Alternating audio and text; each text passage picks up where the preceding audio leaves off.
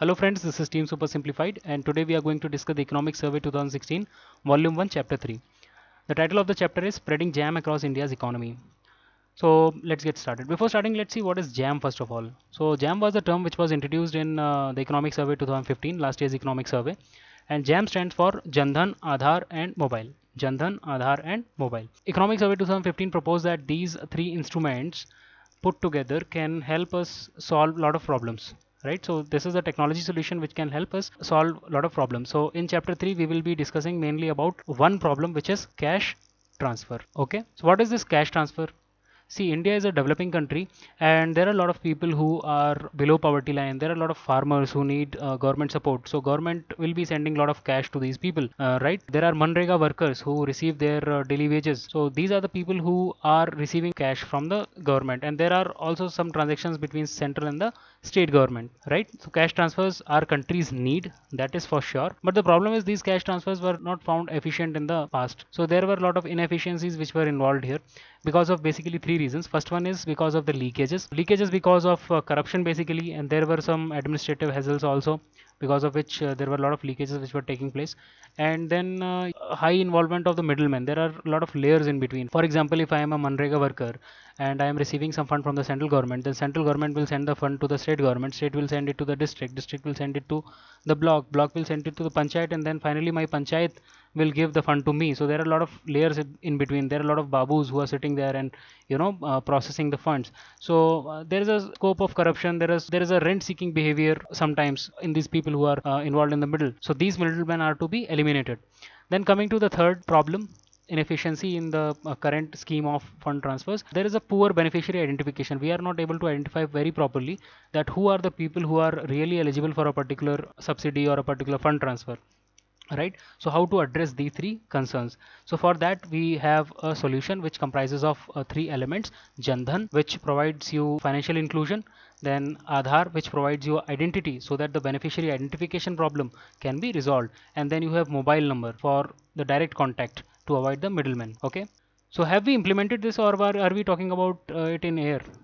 No, we have implemented this, and there was a successful implementation in the area of LPG subsidies in the form of PEHL scheme. Okay, so PEHL scheme was implemented recently, and earlier LPG subsidies were going to the oil marketing companies, the retailers, but now they are going to the beneficiaries directly in their bank accounts, and the oil marketing companies are selling the cylinders at the market rate. So this is the change which has happened now. We will see this in detail. I'm just trying to make a background for you. And according to economic survey, PEHL scheme for LPG has reduced the leakage by 24%. Okay, so this is the cost benefit advantage we are talking about. So we will see this in other sectors also. We will see in Manrega and other sectors as well in the coming slides. Then are there any other potential areas where this can be implemented? So fertilizer subsidies are a very potential candidate here. And in chapter 2, if you have gone through the video of chapter 2, then you must be aware that the fertilizer subsidies are not in proper shape right now, because these subsidies are incentivizing the inefficient producers. So what economic survey is proposing is that you give these subsidies to the farmers directly, and make the fertilizer producers to sell the fertilizer at the market rate, so that the government support to them will be eliminated and they will be forced to work efficiently because of the competition. So let's see what are the challenges here. So before studying the challenges, let's see how the cash transfer takes place. So you have basically three entities involved in this entire transaction. You have government, which is the source of the fund, which is sending the fund. You have beneficiary, which is the target, who is the ultimate recipient, and you have a bank which is acting as an intermediary in between. Okay, these are the three entities which are involved. And what are the steps here? The step one is identify the beneficiary first of all, because the government scheme can be something like this. For example, government wants to transfer 1000 rupees to all the girls who are studying in class 10th, who have family income below a certain level.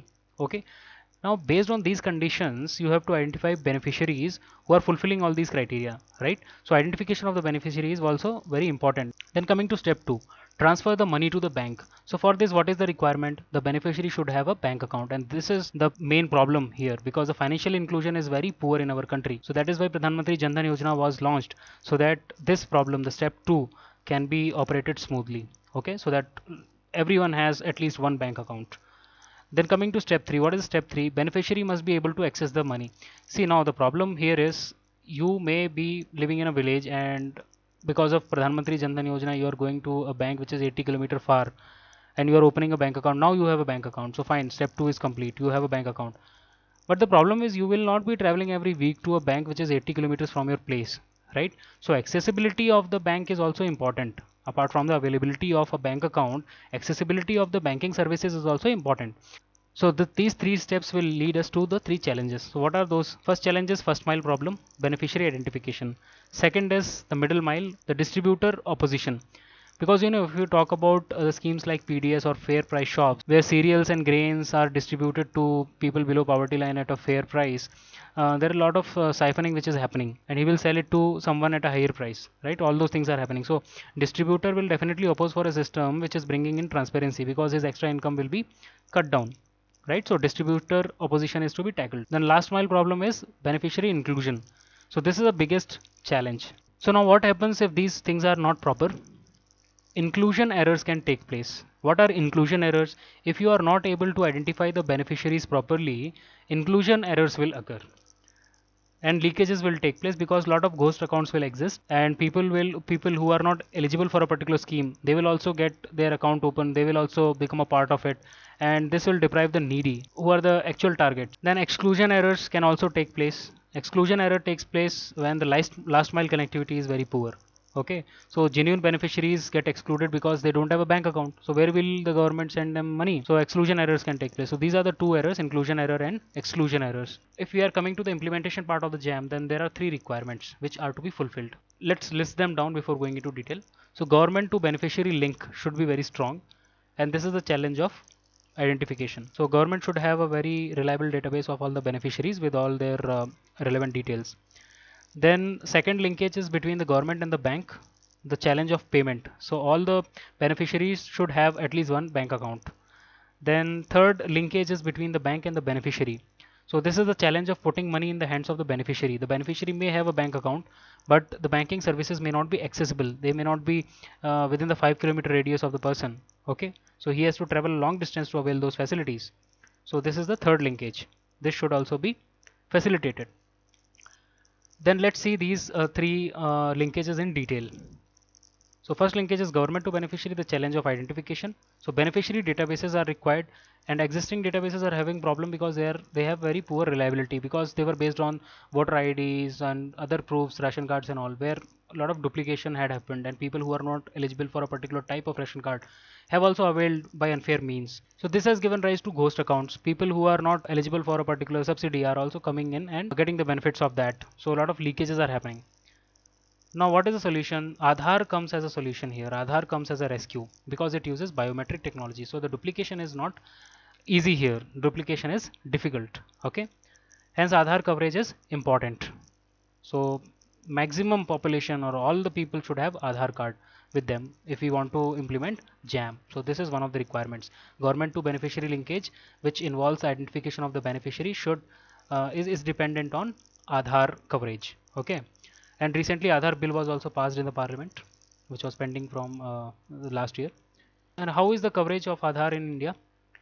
If you see, 75% of the population is having Aadhaar card, and if you talk about adults, then 95% of the adults are having Aadhaar card.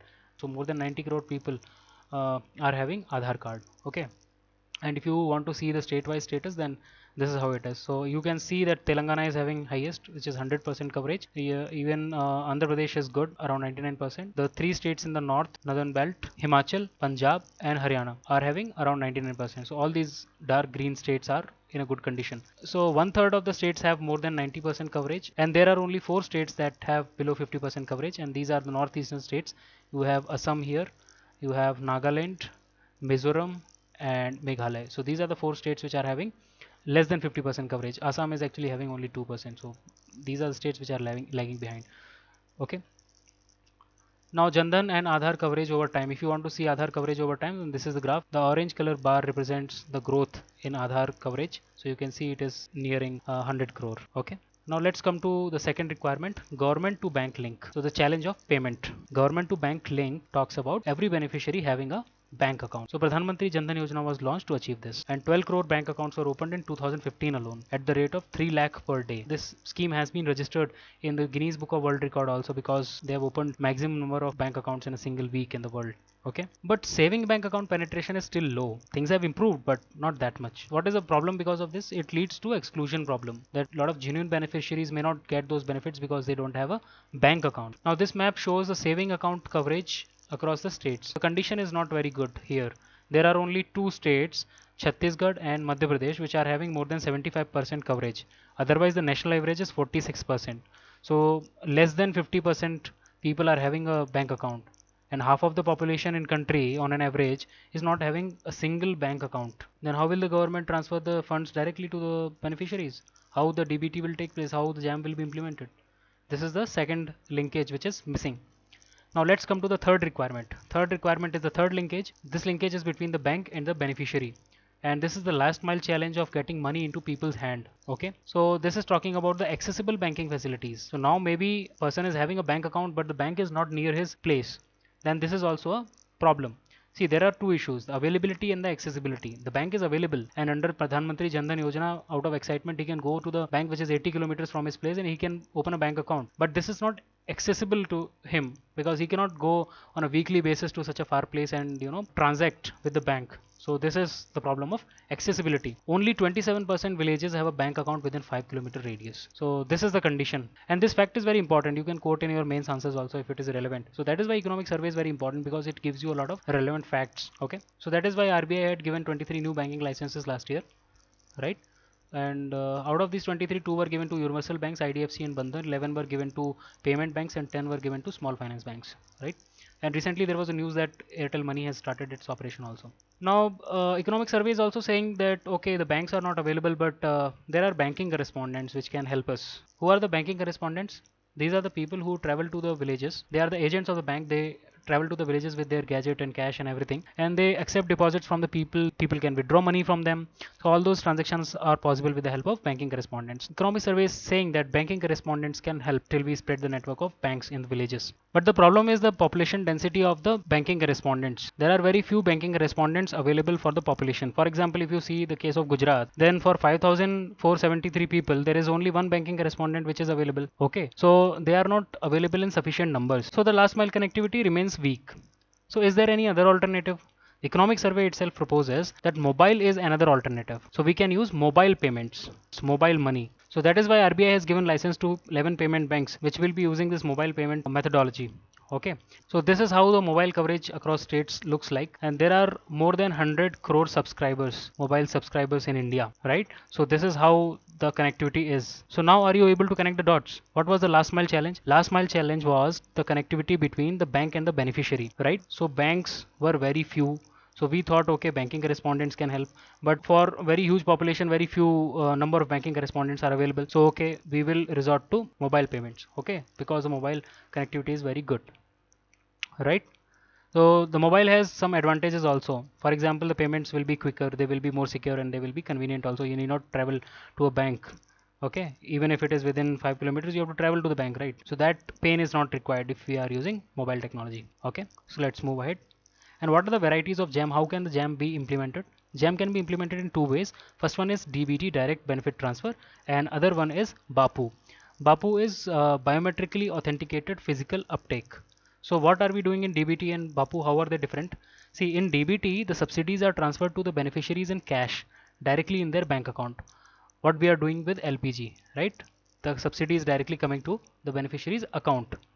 In BAPU, what is happening is this is for different type of scheme. BAPU is for different types of schemes. So in BAPU, beneficiaries certify their identity using Aadhaar, and then they physically take the subsidized goods like they are taking today. So BAPU will be implemented for schemes like PDS, where you will go to a PDS shop and then there will be a biometric identification machine, something like this. You will put your thumb impression there, and then based on your authentication, the ration will be issued to you, right? So the PDS operator cannot deny you ration. Or so sometimes what these PDS operators do, when you go to the ration shop, you are a beneficiary and you go to the ration shop, they say that no, the stock is over because they have already sold it to someone else. So someone else has taken the stock on your behalf, and to the higher authorities they report, I have distributed it to all the beneficiaries, right? So that will not be possible because the stock can only be taken by you because of your biometric authentication, right? So now let's face the big question. What is the big question? The question is, are we prepared for JAM, right? Are we prepared for JAM? So how to check the preparedness? So economic survey proposes some indicators. It is telling there's a preparedness index. In the coming slides, we'll see state-wise comparison of preparedness, which state is prepared more to implement JAM and which is not. And this index is prepared based on some criteria, and these are the criteria here. So here you are seeing three schemes: urban DBT, rural DBT, direct benefit transfer, and BAPU. Okay. So this is criteria number one. Can government identify beneficiaries? This is corresponding to our step one, right? Beneficiary identification. So Aadhaar penetration will decide. If in a state Aadhaar penetration is good, that means government can identify beneficiaries very clearly, right? For rural DBT also same, for BAPU also it is same. Aadhaar penetration is required for government to identify beneficiaries. What about authenticating transactions? This is only required in BAPU. Point of sale terminals will be required. Okay. And for paying beneficiaries, what is required? The basic bank account penetration is required for rural and urban DBT, right? This is second mile connectivity. The last mile connectivity comes here. So beneficiaries accessing the money, how is this possible? This is possible. So last mile connectivity comes here. So how beneficiaries will be accessing the money? For this, banking correspondent density is very important. And if banking correspondent density is poor, then we can use mobile payment technology also, right? So based on these three criteria, we will be deciding whether a state is prepared for implementing DBT or not. So JAM preparedness index for urban India is something like this. Okay, it is not a very healthy picture. You see only two states are in green, Chhattisgarh and Madhya Pradesh, which are above 70%. MP is 69% and Chhattisgarh is 71%. Okay, and when we come to rural India, then the condition is really problematic. You see the change. I'll just show you. You see the change.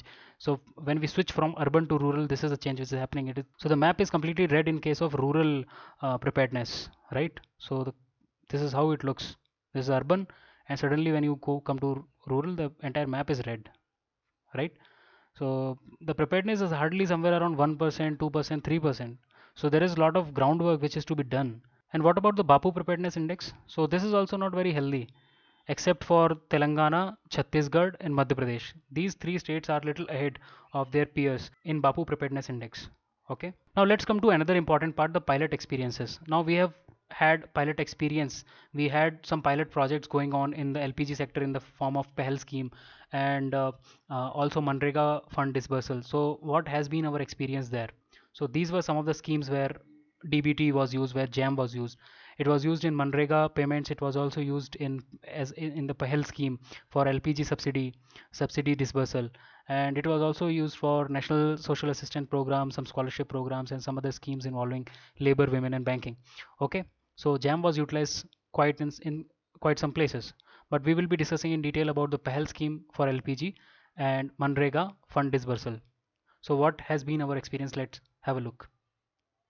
So if you see the impact of DBT on the subsidized domestic sales, then this is how it looks like. The red color graph shows the DBT districts, the pattern in the DBT districts, and the blue color graph shows the non-DBT districts. And the first vertical line, this vertical line shows the timeline from where DBT was introduced. It was going on for quite some time, and suddenly this vertical line shows when the DBT was suspended. Okay, so if you see the red color graph, then it is, after DBT was introduced, the graph was suddenly falling. So these are the number of subsidized cylinders which were issued. So suddenly there was a fall in the demand of these subsidized cylinders, and then suddenly DBT was suspended at this point, and then again you see a spike here, right? So when this DBT scheme was launched, there were a lot of ghost accounts which were caught, and they were not able to access this subsidized cylinder. So this was the advantage, and according to economic survey, 24% leakage was stopped. Okay, so this is the impact of DBT on LPG subsidies. Now let's come to the Manrega fund flow system. So let's compare the old and the new system, old versus new. So left hand side diagram shows you the old system, and the right hand side shows you the new system. So let's see how the old system was working earlier. All the Manrega workers will be linked with the panchayat. So panchayat is the entity which will be giving them salary and all, right, the wages. So panchayat will request for funds to the block, then block will send that request to the district. After consolidating from different panchayats, district will consolidate and send it to the state, and state will send it to the center. Whatever state component is there, it will flow to the district. District will send it to the blocks. Blocks will then send it to respective panchayats, and then panchayat will be distributing it to the people who are employed under Manrega. So this is a long chain. There are a lot of entities which are involved in between, and there are a lot of hassles here, right? There are a lot of layers in between, and there's a lot of scope of corruption. There is a lot of delay. So all these problems were being faced in the old system. And what about the new system? The new system is very quick and fast. You have a panchayat here, and panchayat is directly giving the request to the state or the center, whichever is relevant, and the fund release is directly coming to the panchayat account. Okay, so all the intermediate layers are eliminated when we use JAM. Let's see in detail what were the problems in the old system. So there are 4 problems. First one was the float. See what was happening. This fund was released in advance. So now April 2016, new financial year is starting. So if I am the head of the panchayat, I will ask for these funds in the month of somewhere around December 2015 itself, right?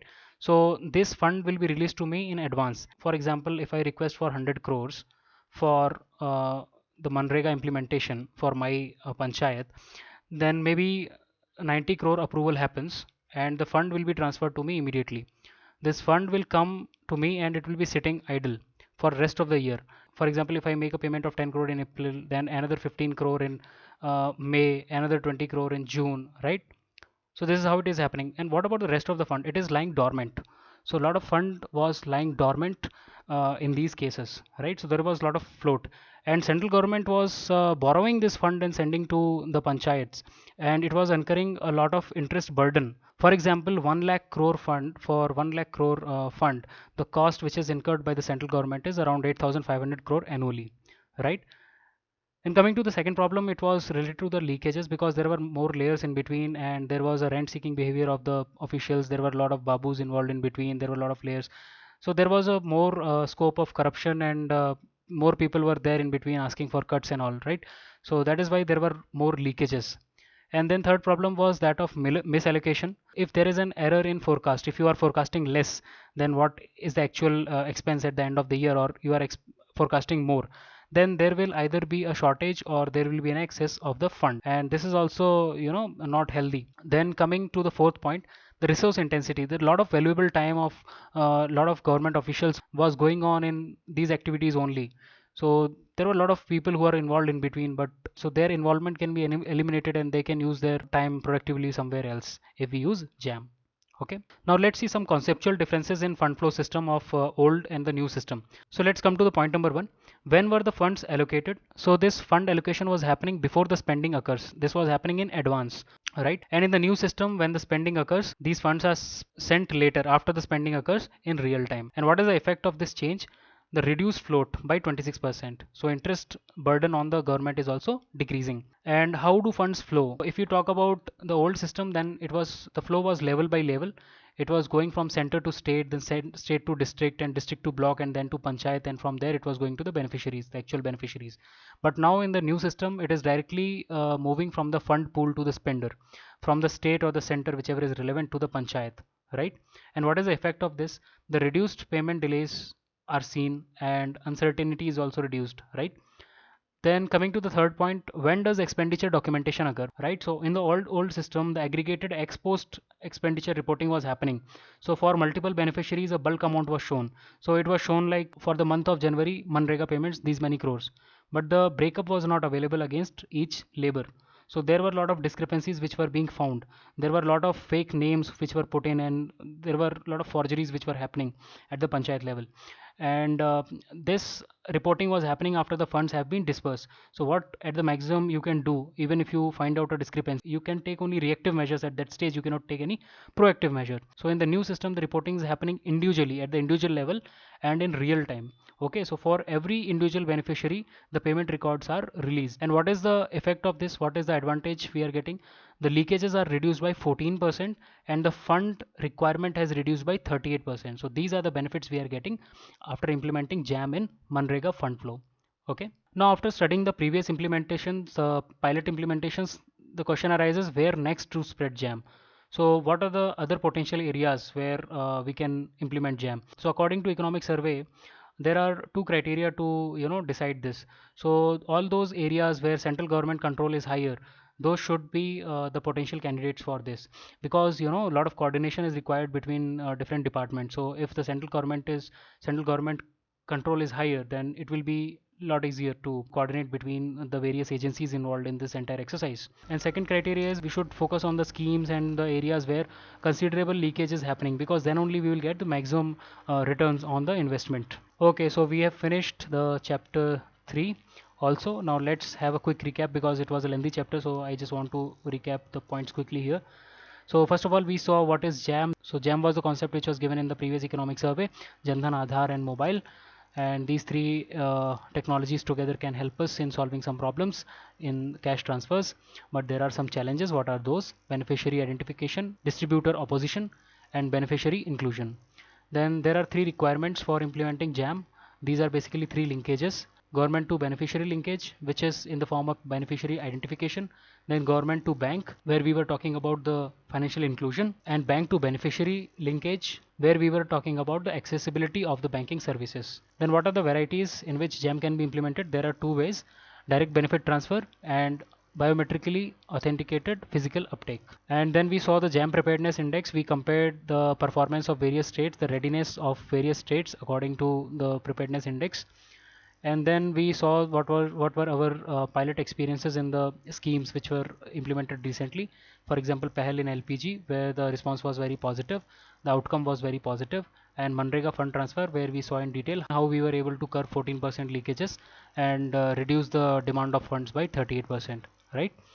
And then the question is where next to spread JAM. For that we have seen two criteria: wherever central government control is higher, those are the potential candidates. And another thing is wherever the leakages are more, then only we will get more cost benefit advantage. Right now, what is the conclusion? The conclusion is this: so the programs like JAM and Digital India and all those are very important, because there we are trying to leverage the technology to build the basic infrastructure, to put in place the connectivity, right? And this should be the primary focus of the government, because then only your schemes will show results. Otherwise, if you are not able to identify the beneficiaries themselves, the beneficiaries don't have bank accounts to receive the funds, or have accounts but don't have withdrawal mechanism in convenient reach, then you bring any scheme, it will not give you a desired results because of leakages and other problems. The subsidies and cash transfers will not resolve the issues which we are trying to address.